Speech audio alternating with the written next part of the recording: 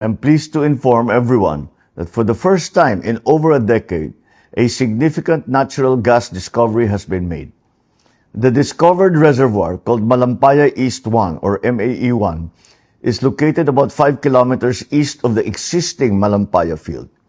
The MAE-1 is estimated to contain around 98 billion cubic feet of gas in place. Katumbas nito ang halos 14 na bilyong kilowatt-hour ng kuryente sa isang taon. Ibig sabihin, makakapag-supply ito ng kuryente sa mahigit 5.7 milyong kabahayan, 9,500 na gusali o halos 200,000 paaralan sa loob ng isang taon.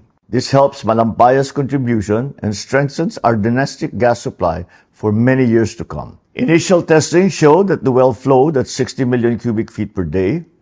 This indicates that the well has the potential to produce even more, confirming it is a high productivity resource comparable to the original Malampaya wells. Aside from the natural gas, the discovery also includes condensate, which is a high-value liquid fuel. This additional resource can help support the government's efforts for the stabilization of our power supply. Ipinagmamalaki rin natin na Pilipino ang nanguna sa drilling na ito.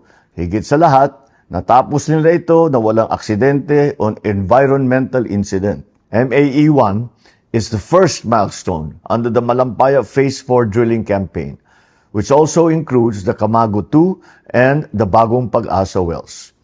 The next steps are the completion and testing of the Camago 3, followed by the drilling of the Pag-asa exploration well to pursue more potential gas resources.